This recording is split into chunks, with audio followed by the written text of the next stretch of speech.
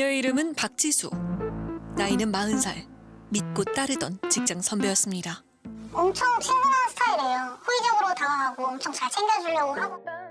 평소 동료들을 세심하게 챙기고 늘 유쾌했다고 합니다. 커피도 좀 사주고 간식거리 같은 것도 사주고. 평소 명품 쇼핑을 즐기고 SNS에 자랑하듯 사진도 자주 올렸다는데요. 백 받겠네요 하면은 뭐 남편이 사줬다 하기도 하고 아는 지인이 선물해줬다. 2018년 10월 입사한 그녀는 회계 업무를 담당했습니다. 회사 대표는 성격 좋고 일도 잘하는 그녀를 신임했다고 합니다. 아주 잘했죠. 친구가 들어와가지고 굉장히 법을 잘하더라고요. 업무를 잘해. 그런 업무까지도 잘하니까 굉장히 신뢰를 했었죠. 그런데 지난 1월 9일 아무런 예고도 없이 사직서를 제출했다고 합니다. 나한테 막 안 좋은 소리를 막 하는 거예요. 뭐 자기가 뭐 일이 힘들고 어쩌고저쩌고 막 하면서. 4시 46분 CCTV에 포착된 그녀의 모습입니다. 그것이 마지막이었습니다. 나중에 보니까 사직서 하나 날짜만 해놓고 그냥 딱 던지고 나갔더라고요. 사인도 없이. 그녀는 왜 4년 넘게 다니던 회사를 하루아침에 홀연히 떠났을까? 그녀가 사라진 뒤 그동안의 행각이 수면 위로 드러났습니다. 1월 그때 9일날 사원이 퇴사를 했는데 세금 체납이 이렇게 들어오고 있습니다. 세금 체납? 무슨 세금 체납이냐 우리가. 내가 다 사인했고 지출결이 다 사인했는데 왜 세금을 안 냈냐 했더니 이런 게 또 많다는 거예요. 회계와 세무 업무를 담당했던 그녀가 그동안 회사 돈을 빼돌린 겁니다. 3년 반 동안 18억 정도의 이런 횡령 배임을 거의 뭐 한 15년 동안 벌은 거를 걔가 다 지금 정말 인간이 아닌 인도가 볼 수가 없대. 그 짓을 해요. 2021년 6월부터 퇴사하기 이틀 전인 2023년 1월 7일까지 그녀가 사용한 법인카드. 그 금액이 12억 원에 달합니다. 명품 사는 건 기본이고 대부분 다 사치품에. 한 명품 브랜드를 유난히 좋아했던 그녀는 가방을 구매하고 사진을 SNS에 올리기도 했는데요. 그녀가 구매한 가방들은 어떤 것들일까? 지금 전국으로 품절이에요. 쫙 오신 고객님들이 다 구매해가시니까 지금 그 정도로 구하기가 힘들고 사실 직원들도 보기가 힘들어요. 미리 연락을 줘야 되는 거예요. 고객님이 제품을 예약을 해서 제가 연락을 드리는 입구에서 연락을 드리는 시스템이 좀 힘들어요. 그런데 그녀는 특별한 대우를 받은 듯 보였습니다. 인기 상품을 매장 직원이 따로 챙겨줬다는 겁니다. 그녀가 구매한 가방은 200만 원대에서 400만 원대까지 다양했습니다. 그렇게 법인카드로 결제한 엘사 제품만 2억 원이 넘습니다. 그녀가 자주 찾았던 한 백화점의 명품관. 혹시 고객분들 중에 이분 혹시 보신 적 있을까 해가지고. 삐님 아니야? 맞아요. 네모에 제가 이제 왜냐면은 저한테 처음 오는 날에 자식들을 엄청 많이 들는 거예요. 저희가 그 질문을 알려드릴 수가 없어가지고 다른 명품 브랜드의 가방도 법인카드로 구매한 내역이 있었습니다. 결제 금액은 총 5,300여만 원. 법인카드 사용 내역 중 눈에 띄는 게 또 있었습니다. 한 화장품 회사의 제품을 수없이 구매했는데요. 1년 동안 6,700여만 원어치를 사들였습니다. 한 커피 매장에서 법인카드로 긁은 금액은 1,500여만 원. 피규어 구매로도 3,400만 원을 썼습니다. 일말의 양심의 가책도 없이 법인카드로 온갖 사치를 부려온 그녀. 1년 6개월 동안 12억을 사용하면서 교묘하게 만든 거짓 보고서로 회사의 눈과 귀를 가려온 겁니다. 처음에는 법인카드만 횡령을 했다고 생각을 했어요. 근데 아무래도 이제 금액이 너무 크고 계좌이체도 다 찾아봐야겠다. 저희가 알고 있는 계좌로 이제 들어간 게 한두 개씩 이제 나오기 시작한 거예요. 2019년 10월 10일 그녀는 회사 돈 40만 원을 자신의 계좌로 입금합니다. 그리고 갈수록 대담해졌습니다. 하루 4차례 이체를 하기도 하고 금액도 100단위에서 1000단위로 넘어갑니다. 그렇게 3년 3개월 동안 회사 돈 5억 6천여만 원을 횡령한 겁니다. 본인 통장으로 국세로 이제 위장을 해서 5,300만 원 정도 개인 통장으로 이제 이체를 시킨 내역이에요. 실제 예금주가 그때는 거를 확인을 했거든요. 회사 돈을 입금할 때 상대 예금주 이름을 조작한 겁니다.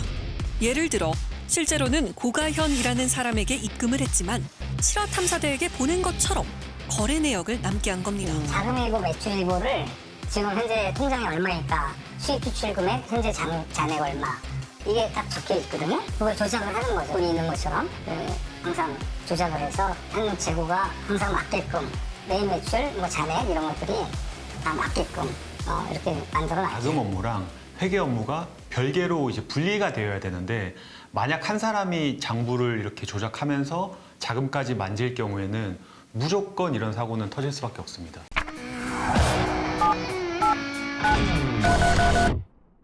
회사의 회계를 전담했던 그녀는 입사 1년 차였던 2019년부터 현금을 횡령하기 시작했고 2021년부터는 법인카드도 개인카드처럼 사용했던 겁니다.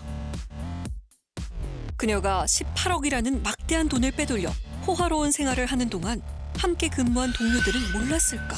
오픈을 했다, 이거 성공했다, 뭐 이런 거 보내주시고 웨이팅 그거 있잖아요. 그 번호 보여주면서 뻔이다 뭐 이런 거 보내주고 그랬었어요. 모니터에는 항상 인터넷 창만 떠있고 웨이팅 이런데 홈페이지 들어가서 조회할 거고 뉴스는 뜨는 게 잘 없다면서 계속 그거 클릭해보고 이런 거 있잖아요. 그런 걸 자주 하시긴 했어요.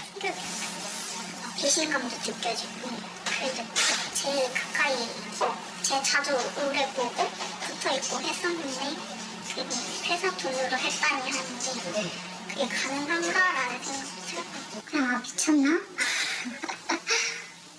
생각이 들었죠? 도저히 믿을 수 없었던 한 동료는 그녀에게 확인도 해봤다는데요. 왜 회사 돈도 큰데 써 얼마 정도? 아니야, 카드가 문제가 있어서 그런 거야. 카드 손댄 거예요? 카드 막 쓴 거야? 응. 얼마나 썼는데 카드를? 몰라. 안 걸릴 줄 알아서 카드 쓰는데? 모르겠어. 내가 지금 그거 터질 거 알고도 퇴사한 거야. 그때는 아주 진짜 멘붕이었어요. 완전 거의 생각을 못할 정도로 멘붕 상태였는데 그 횡령하는 수법이 너무 그냥 괘씸한 거죠. 그냥 나가면서 이제 그렇게 이제 마지막 날에도 이제 이 횡령을 하고 사직서를 제출한 그날까지도 그녀는 2차례 자신의 계좌로 회사 돈을 이체했습니다. 회사를 떠나기 1시간 전 마지막으로 700만 원 가량을 빼돌린 겁니다. 그녀가 사라지고 회사 통장에 남은 잔액은 439만 원. 15년 동안 운영해온 회사의 잔고가 그렇게 남은 겁니다. 너무 여기 16을 걸고 생각을 해. 사람이 나 진짜 당당하다. 제가 그 정도까지 긁은 줄도 몰랐었어요. 상관은 어딨냐고. 한국 선물도 많이 했고요. 선물을 해? 누구한테? 친구들이나 뭐 가족들한테 준 것도 있고요. 가족 누구?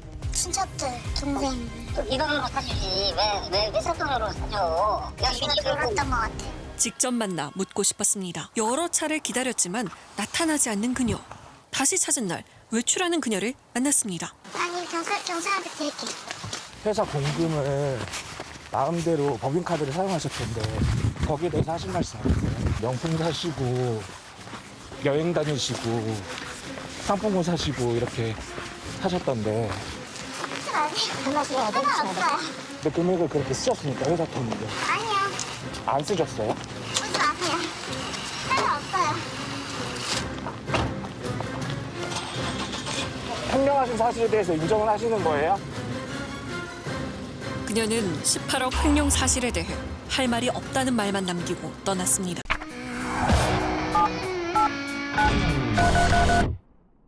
믿었던 그녀에게 발등을 찍혀 회사는 풍비박산이 났습니다. 18억을 횡령한 죄를 묻기 위해 증거 자료를 모았습니다. 경찰서에서 저희가 증거를 이만큼 냈어요. 그런데 고소장을 접수하기 이틀 전 그녀가 경찰에 자수를 했다고 합니다. 자수를 어떻게 했냐면 그냥 이제 뭐 법인카드를 직원들 커피 사주고 밥 몇 번 사주고 뭐 이러는데 사용을 했다. 뭐 이렇게만 진술을 했더라고요. 저희는 하루하루 너무 힘든 거죠. 왜냐면 도망가면 못 잡잖아요. 사실 경제 전문들은. 도망가면 못 잡으니까 도망갈까봐 밤새 집 앞에서 저는 있고 진짜 그랬거든요. 이제 도망갈까봐 너무 무섭다. 그러니까 집 상태를 좀 확인시켜달라 해가지고 집까지 이제 같이 가게 됐는데 그래서 직원들은 지금 얼마나 지금 고통과 너에 대한 그 분노에 지금 응? 몸을 떨고 있어. 혹시 도피를 계획하고 있는 건 아닌지 확인차 집을 찾아갔는데 현관에 놓인 신발들이 눈에 들어왔다고 합니다. 나도 한 번 안 신어본 신발이. 그녀는 중고거래 사이트에 새 상품을 그대로 판매하기도 했는데요. 1,250만 원에 올려놓은 한 명품백은 판매가 되기도 했습니다. 그녀가 법인카드와 빼돌린 회사 돈으로 호사스런 쇼핑을 즐기는 동안 가족은 몰랐을까? 남편한테도 얘기해. 상황이 됐다고 얘기가 빨리 하는 게 나아. 알면 이혼 당하겠지. 그 집이란 남편이 모르게 어떻게 좀 그걸 해보려고 모르게 할 그래. 수 있나요? 가족과 여행을 다닐 때도 법인카드를 사용했습니다. 항공권 구매로 총 6,600만 원을 결제했는데 카드 내역을 확인한 결과 제주도 여행만 12번에 달합니다. 제주도를 진짜 밥 먹듯이 갔었어요, 주말에. 자기는 1년에 제주도를 4번을 간다, 뭐 이렇게 얘기하시고, 뭐 이번에도 일본 어디 가기로 했고, 뭐 하면서 얘기 많이 하셨죠? 일본 여행도 3차례나 다녀왔습니다. 지난해 10월에는 괌으로 가족여행을 떠났는데 남편은 자신의 SNS에 여행 사진을 올리기도 했습니다. 아내의 회사 법인카드로 결제한 항공권 900여만 원. 가족이 머문 리조트는 괌 최초의 6성급 호텔이었습니다. 애들 여행 데리고 다녔어요. 그래서 애들이 여행 다녀서 애들이 뭐 좋아하냐? 너 뭐 남편만 좋아한 거지. 큰애가 아파서 여행을 못 갔다 온 거가 있어서 그거 갔는데 갔다 온 만큼 애들이 커 있어서 그게 좋아서 자꾸 더 갔어요. 아내의 회사 법인카드로 여행을 다니고 사치스런 소비 생활이 계속됐는데 정말 남편은 몰랐을까? 남편한테 비밀로 해달라고, 가족들한테 비밀로 해달라고. 말이 안 되잖아요. 어떻게 이게 뭐 한두 푼도 아니고 18억을 지금 횡령을 해갔는데 그 자리에서 그냥 전화를 했어요. 전화했는데 그 남편이 이제 그 얘기를 듣더니 그거를 왜 저한테 얘기하세요? 천만이가. 너무 이상하잖아요. 정상적인 사람이라면 죄송합니다가 사실 먼저 나와야 되는 건데. 그렇죠. 저희가 어머니 피해자 입장에서 전화를 한 거고 그 말을 왜 저한테 하세요? 이렇게 하고 저희는 이제 너무 황당해서 남편을 어렵게 만날 수 있었습니다. 근데 별로 하고 싶은 말이 없습니다. 아, 근데 여행이랑 이런 것도 다 같이 가시고 그 항공권도 결제를 아내분이 다 하셨던데 하실 말씀이 없으신가요? 생활비를 거의 제가 다 내거든요. 나머지가 서로 월급 관련해서는 서로 터치하고 있지 않기 때문에 서로 어떻게 사용하는지 서로 모르는 게 사실입니다. 그거에 대해 사용하고 싶지 않아요. 사용하는 거에 대해서는 모르시는 거예요? 네. 근데 이제 뭐 명품도 그렇게 엄청 많이 사고 막 이러시던데 뭔가 좀 이상하다고 생각이 사실 들지 않으세요? 제가 가장 마지막에 알아서 네. 그래서 3년 동안 계속된 아내의 횡령 사실을 최근에 알게 됐다는 남편. 법인카드를 손에 쥔 그녀는 폭주 기관차 같았습니다. 언제 어디서 무엇이든 돈을 쓰는데 거침이 없었습니다. 호화로운 생활을 누리며 남들의 부러움을 샀고 가족 생일 파티도 호텔에서 열어 아낌없이 베풀었습니다. 장 보는 것조차 자신의 카드인 양 끊임없이 사용했던 그녀. 그녀에게 묻고 싶은 게 여전히 많습니다. 그런데 그녀를 기다리는 제작진 앞에 누군가 나타났는데요. 엄마예요. 씨 어머니. 네. 네. 제가 지금 112에 신고할게요. 뭘 신고한다는 아직 거죠? 경찰에 넘어가지도 않았고 종결되지 않은 사건입니다. 네, 여보세요?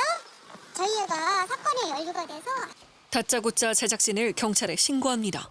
얼마가 횡령이 됐는지는 아세요? 알고 있어요. 지금 그런 결제 내역이나 이런 게 다 있는데도 네. 하실 말씀이 없으시냐고. 없어요. 18억 아니라 1,800억이라도 할 말 없어요. 근데 어떤 제소를 어떤 년이 어떻게 했는지 모르지만 그 상황에서 경찰서에서 확인해보세요. 부분에서 잠깐. 얼마큼 부풀렸는지는 가서 물어보세요. 저희는 할 말이 없어서 이러고 있는 거 아니잖아요. 어머니, 네. 그 회사 다녔던 분들도 한번 생각해 보세요. 솔직한 얘기로 까놓고 얘기합시다. 사귈 때는 좋아서 그저 헤어버리고 받고 나서 터지니까 네가 한 거야. 미루는 건 아니죠. 이제 와서 일 터지니까 나는 몰라. 그게 사람은 아닌 거죠. 그게 지금 돈이 아니라 네? 법인카드 아니, 그 결제잖아. 알고 있었잖아요. 모르는 사람 누가 있어요. 다 알고 있었다고. 다 알고 있었어요. 알고 있었다고요? 혹시 혼자 하셨다는 게 아니라. 아니죠. 알고 있었죠. 다들. 사귀기 좋았죠. 그러니까 법카인 걸 알고도 호의를 받았다고 주장하는 거예요. 신고를 받은 경찰이 도착했습니다. 뭘로 저희를 그러면 신고? 자, 그게 스토킹 처벌 법이거든요. 아, 알겠어요. 네, 그걸로 저분이 당시에 저분이 그러신 것 같아요. 그 스토킹 처벌법. 네, 그러니까 저희 경고를 하는. 그녀의 어머니 주장대로 회사 동료들은 그녀가 법인카드를 사용하는 걸 알고도 묵인했을까? 웃으시는데요? 말이 안 되죠. 증거가 없죠. 아예 저런 얘기를 저렇게도 그냥 뻔뻔하게 하고 있는 거구나. 커피 살 때도 본인카드 내는 것처럼 했었어요. 그러니까 저렇게 얘기하니까 어이가 없는 거죠. 그게 뭐 회사 카드에 이렇게 얘기했었으면 우리가 그걸 왜 써요? 이렇게 나오지. 그거 감사합니다. 잘 먹을게요. 했을 리가 없잖아요. 모두를 속이고 18억을 횡령한 그녀. 회사 통장에 439만 원만 남겨놓고 도망치듯 회사를 떠났습니다. 저희 회장님도 이거를 15년을 한 회사인데 15년 동안 번 게 지금 한 푼도 안 나니까. 경찰에 고소장을 접수한 지 2달이 지났습니다. 그런데 그녀는 여전히 별일 없는 듯 일상생활을 하고 있습니다. 만약에 피해 금액이 크기 때문에 중소기업체로서는 그 금액이 회사의 조망하고 연결될 수 있잖아요. 그렇기 때문에 우리가 심각하게 보고 굉장히 집중해서 수사를 한 거예요. 18억 명품녀로 살아온 그녀. 그 순간은 더없이 달콤했을 겁니다. 하지만 그 끝은 인생의 나락. 지울 수 없는 주홍 글씨가 평생 남을 겁니다.